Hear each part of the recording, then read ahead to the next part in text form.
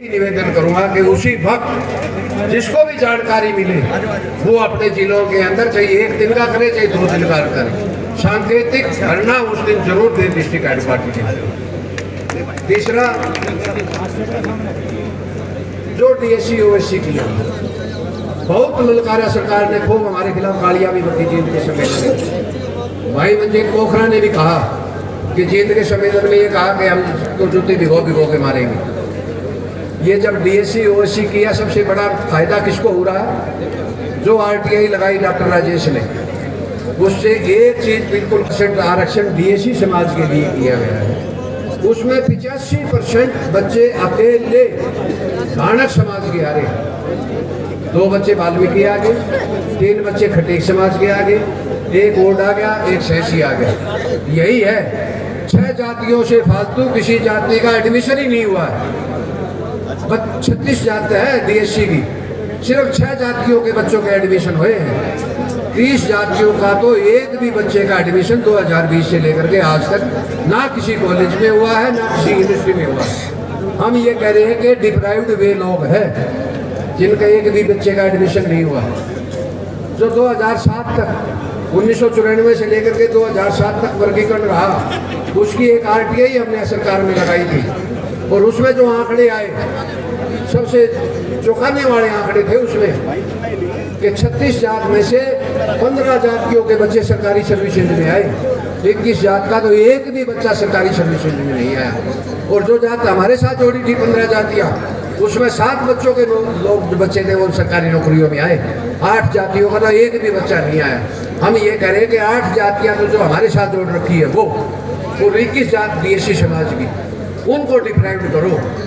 Deprived के असली हकदार वो जातियां हैं जो 85% जो आरक्षण डीएससी समाज का खा रही है, वो डिप्राइव्ड नहीं है। और इस डिप्राइव्ड का जो तुमने बनाया है खाका, ये टोटली गलत है। जो आरक्षण के करो 4 टुकड़े, जो वास्तव में डिप्राइव्ड है उसको डिप्राइव्ड का हिस्सा दो। अकेले चमार जाति को जो टारगेट बना करके तुम काम करोगे तो वो चीज अब चमार समाज सहन नहीं करेगा सर। उसके लिए चाहे हम कैसे मंजीत पोखरा जी ने कहा बिल्कुल टीम बनेगी, हमने कोशिश भी की है इस सम्मेलन में युवाओं को जोड़ने की। टाइम की कमी थी, सर्दी का मौसम था, वक्ताओं को बहुत कम टाइम दे पाए, हम वक्ताओं को टाइम नहीं दे पाए, सबसे माफ़ी चाहता हूँ मैं, क्योंकि बहुत दूर दूर तक लोगों ने जाना साथी। इसके साथ साथ एक और सिस्टम चलाया हुआ सरकार ने, नॉट फाउंड सूटेबल, जो पोस्टें खाली रखनी होती है जिसमें ना डीएससी भरना है ना ओएससी भरना है, एनएफएस का फार्मूला लागू करो और जनरल कैटेगरी से भर दो। हम ये कह रहे हैं कि ये एनएफएस का मामला भी बिल्कुल बंद होना चाहिए। जब तक हमारी पोस्टें 72,000 पोस्टें खाली पड़ी हैं, 1966 से लेकर के आज तक आरटीआई का आंकड़ा बोलता है, सरकार की चिट्ठी बोल रही है 2017 की, जो chief secretary backward class commission को लिखी थी। 1966 से लेकर के जब से हरियाणा बना है 2017 तक हमारे सारे शेड्यूल्ड कास्ट के कर्मचारियों की संख्या पूरे हरियाणा में 51,000 समथिंग है और 72,000 पोस्टें हमारी खाली पड़ी है। देना नहीं चाहते, भरो ना, 72,000 पोस्टों को भरने की मांग करे। डीएससी समाज सोया हुआ क्यों है?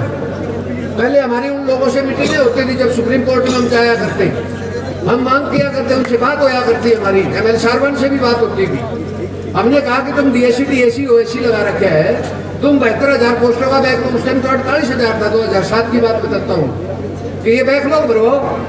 एमएल सारवन कहता है कि अगर बैकलॉग भरा तो इन पोस्टों पे भी चमार समाज के लोग आगे आएंगे। चमार एकता जिंदाबाद। आज जिंदाबाद किया हुआ है, आज वर्गीकरण किया हुआ है। 72,000 में 36,000 पोस्टें डीएससी समाज के हिस्से में आती है।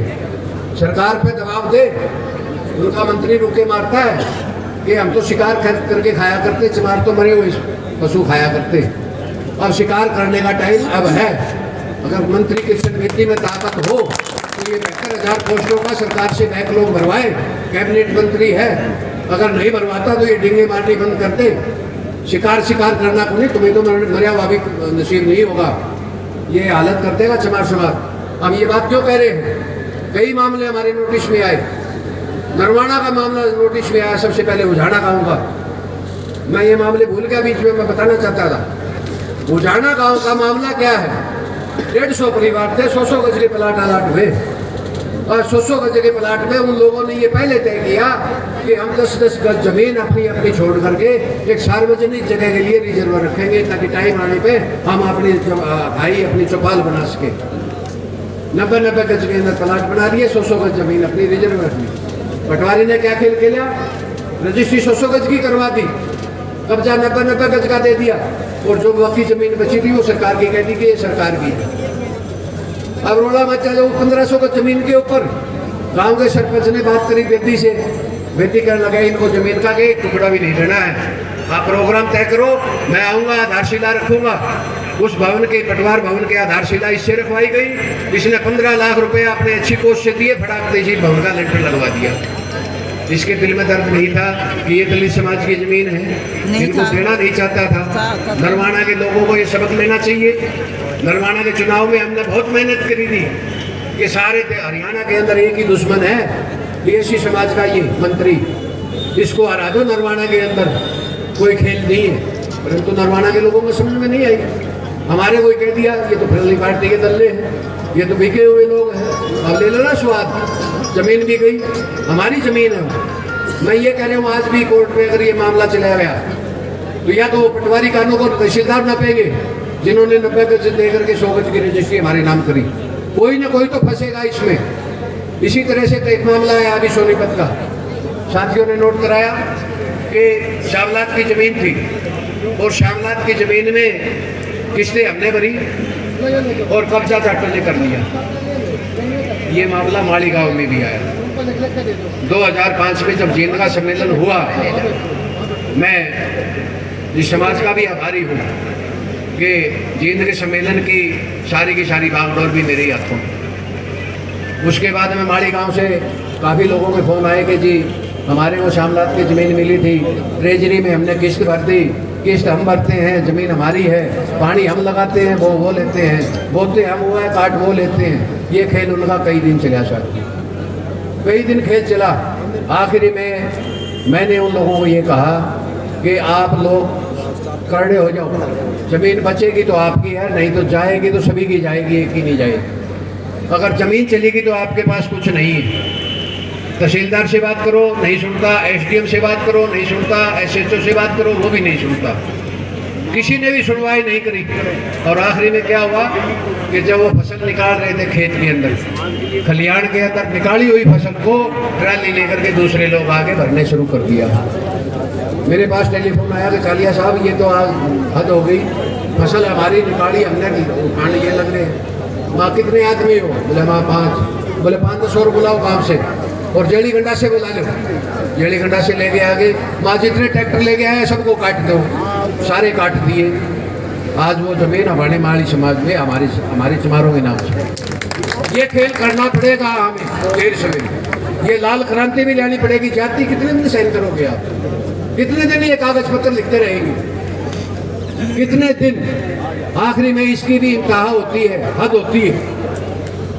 परंतु जो इस तरह के मामले आते हैं, जब हाँ हमारी जमीन की बात आ जाती है, हमारी औरतों की इज्जत की बात आ जाती है, कायदे कानूनों इन कागजों में कुछ नहीं रखा। साथियों, आपको एक मारता है गांधी वाली नीति छोड़ दो, एक मारता है गाल दूसरा पे मत करो, एक मारता है दूसरा बरोबर में ठोक दो।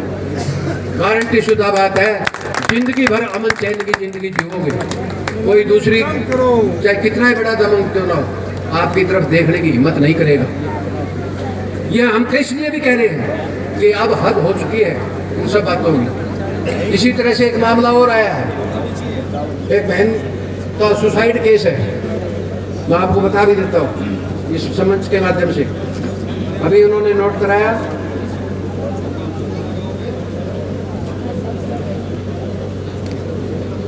एक फरीदाबाद का केस था, राष्ट्रीय खिलाड़ी थी खो खो की, सुसाइड कर दिया।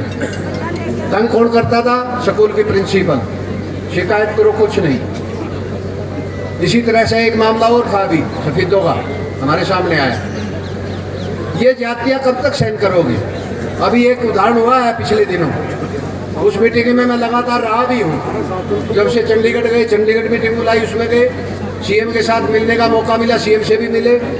ये जो अपना एडीजीपी का मामला था, लोगों ने कहा कि बहुत बहादुर था एडीजीपी। एडीजीपी बहादुर नहीं था, कायर था। क्यों कायर था? कि उसने आरोप लगाया अपने डीजीपी पे, उसने आरोप लगाया अपने चीफ सेक्रेटरी ऑफ हरियाणा पे, उसने आरोप लगाया एसपी रोहतक पे। एसपी रोहतक उसके अधीन काम करता है। और देर सवेर यही डीजीपी, ये जो एडीजीपी था, डीजीपी बनना था।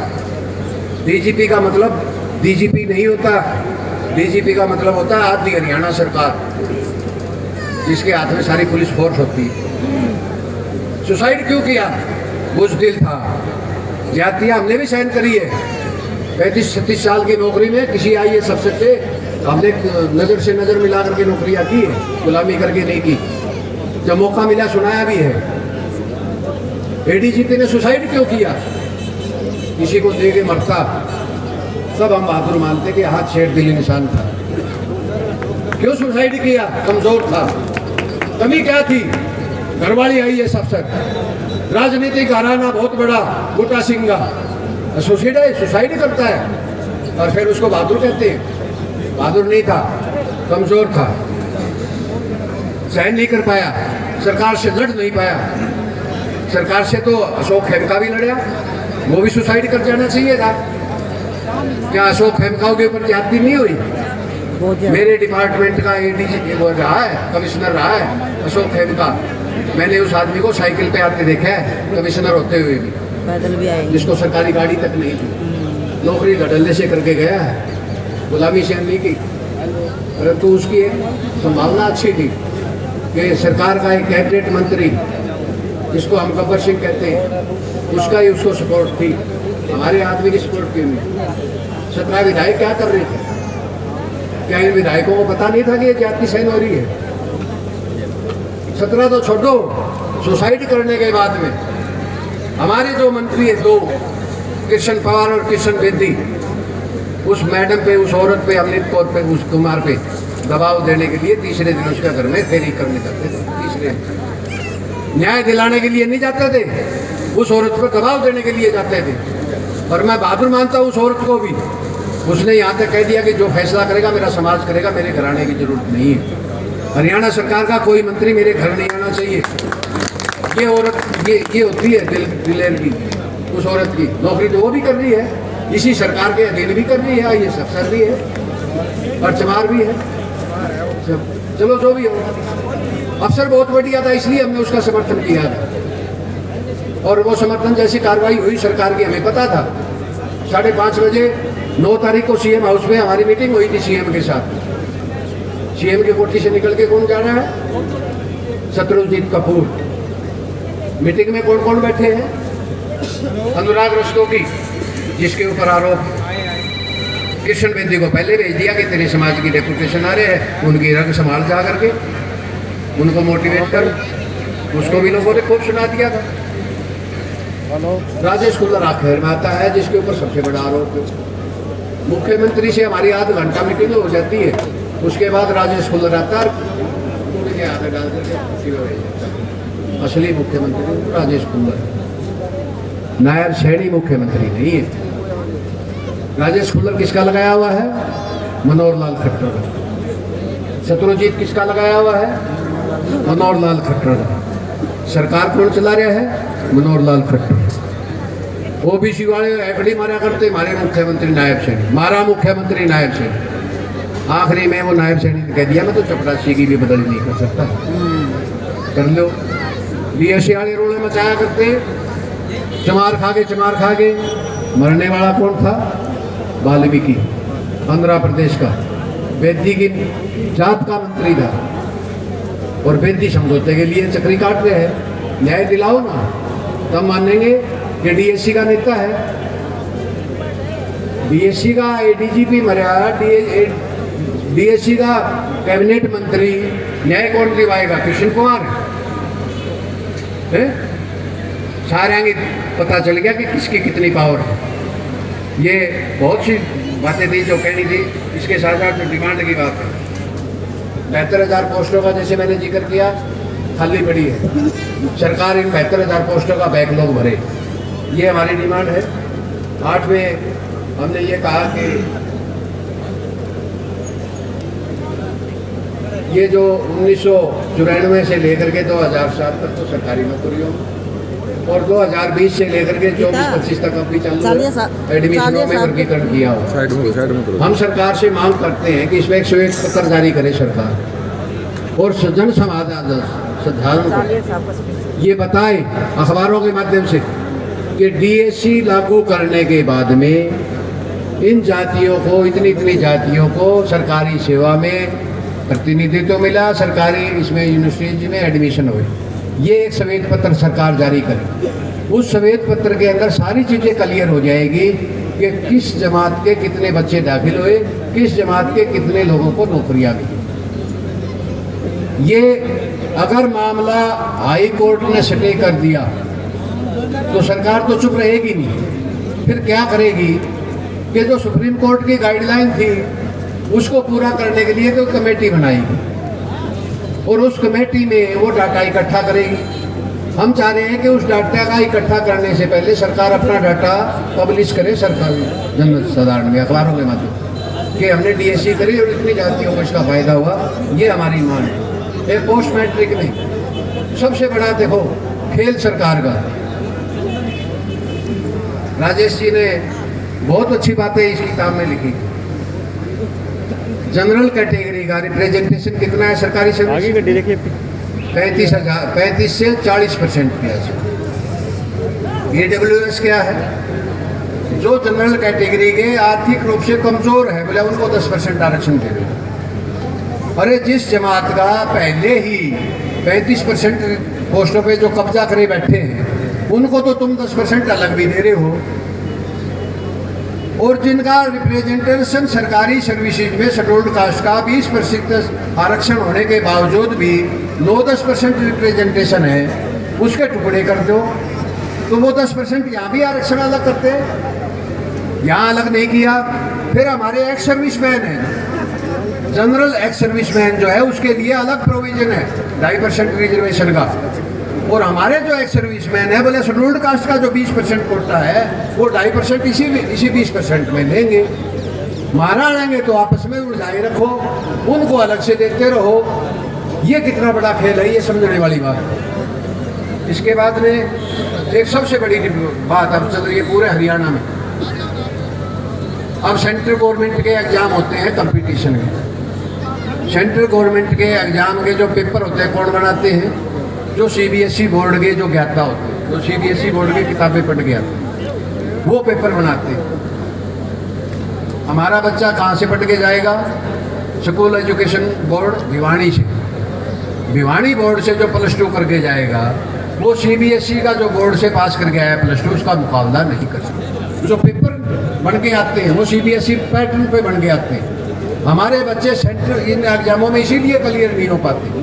हम ये कह रहे हैं कि पूरे देश के अंदर, पूरे देश में एक शिक्षा नीति होनी चाहिए, एक सिलेबस होना चाहिए, एक बोर्ड होना चाहिए। स्टेट वाइज बोर्ड नहीं, स्टेट वाइज सिलेबस नहीं, सेंट्रल पैटर्न पे एक ही सिलेबस हो, एक शिक्षा नीति और एक बोर्ड हो। ये हमारी डिमांड है। इसके अलावा जो एडमिशन हो रहे हैं, एडमिशनों में क्या है? हम कह रहे हैं कि 20% आरक्षण है। 20% आरक्षण एडमिशनों में कई कोर्सों में नहीं है। किन में नहीं है?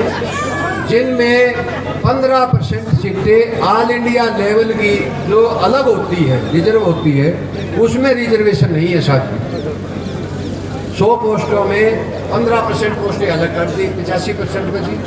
85% का 20% 17 बची। हमें तो 17 ही पोस्टें मिलनी चाहिए 20। हम ये कह रहे हैं कि जो 15% जो सेंट्रल ऑल इंडिया लेवल की जो सीटें थी उसके अंदर भी रिजर्वेशन का प्रोविजन होना चाहिए, वहाँ भी हमें 20 और 20 नहीं। हम ये कह रहे हैं कि हमारी आज की आबादी 22.5-23% है। सेंट्रल गवर्नमेंट ने 22.5% का प्रोविजन है रिजर्वेशन में, हमें भी 22.5% रिजर्वेशन उन एडमिशनों में दो जो हमें आज 17% मिले। एक डिमांड ये भी। इसी तरह से सबसे बड़ा नुकसान एक और, पढ़ लिख के गांव छोड़ दिया, शहर में आगे बसने की तमन्ना है। हुड्डा में प्लाट निकले, एप्लीकेशन लगा दी, लॉटरी निकल गई, हुड्डा का प्लाट निकल गया, कोठी बना करके रहेगा। चलो कुछ तो निकले, कुछ ने शहर में कोठियाँ बनाई।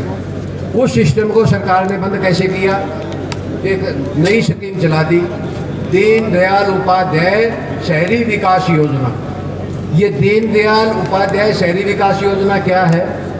बड़े बड़े पूंजीपतियों को इकट्ठा ही प्लाट दे देना, 4 एकड़ 5 एकड़ उसकी सोसाइटी के नाम से दे देना कि दीनदयाल सोसाइटी बसाओ। और उस दीनदयाल सोसाइटी में एप्लीकेशन मांग करके लॉटरी नहीं निकालते, वो सारे के सारे अपने प्लाट जो हैं वो ऑक्शन बेस पे देते हैं। आप में हिम्मत है 20 लाख की 20 लाख की बोली लगा दी, दूसरे की हिम्मत 25 लाख की 25 लाख लगा दी। अब जनरल बोली के अंदर तो हम मुकाबला नहीं कर सकते भाई, हमारे को बोली में आनी कौन देंगे ऊपर, फिर इसका मतलब तो शहरों में प्लाट ही नहीं मिलेंगे। हम ये कह रहे हैं कि तुमने ये जो दीनदयाल उपाध्याय पर जो स्कीम चलाई है, या तो इसको बंद करो।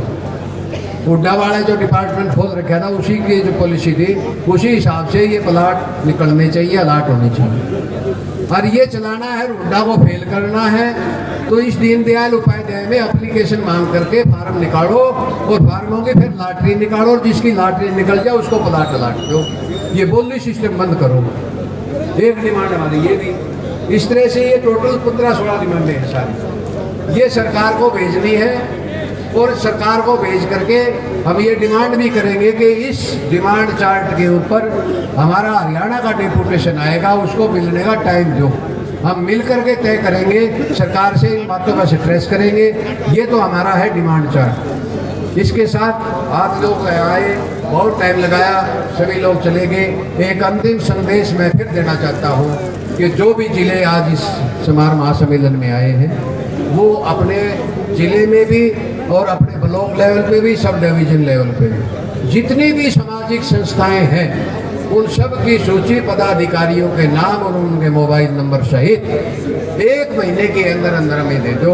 आगे की जो कार्रवाई होगी वो हम अपने आप चला लेंगे। इनकी सबकी डिटेल हमारे पास होनी चाहिए। और रही बात संगठन की संघ की, इसमें कोई शक नहीं कि ये संस्थाएं जो इसके साथ जुड़ेगी वो तो इसकी मेंबर होंगी होंगी। जितने हमारे सोशल एक्टिविस्ट हैं, जवान साथी जो शायद ही किसी संस्था को चला रहे हो, शायद ही किसी NGO को चला रहे हो, पूरे हरियाणा की हमारे पास जानकारियां हैं। उन सभी नौजवान साथियों को इस भाषण के अंदर शामिल करेंगे, उनको साथ लेके चलेंगे, उनका मार्गदर्शन करेंगे। और उनके मार्गदर्शन नहीं करेंगे, वैसे तो मंजीत मोखरा जी ने कहा कि हम आगे रहेंगे भी ये मार्गदर्शन करें। अभी हमारे में इतनी हिम्मत है मोखरा जी, आप दौड़ लगानी शुरू करिए, शायद आप पीछे रह जाओगे, चालिया पीछे नहीं रहेगा। हम आपके बरोबर नहीं, आपके आगे होकर लड़ेंगे मिल करके, ये आश्वासन दे रहे। आगे जो भी रूपरेखा बनेगी, धरने की, प्रदर्शन की, जो भी कार्रवाई सरकार के खिलाफ होगी, हम मिल करके करेंगे, ये हम आपको आश्वस्त करना चाहते हैं। जय हिंद, जय हिंद।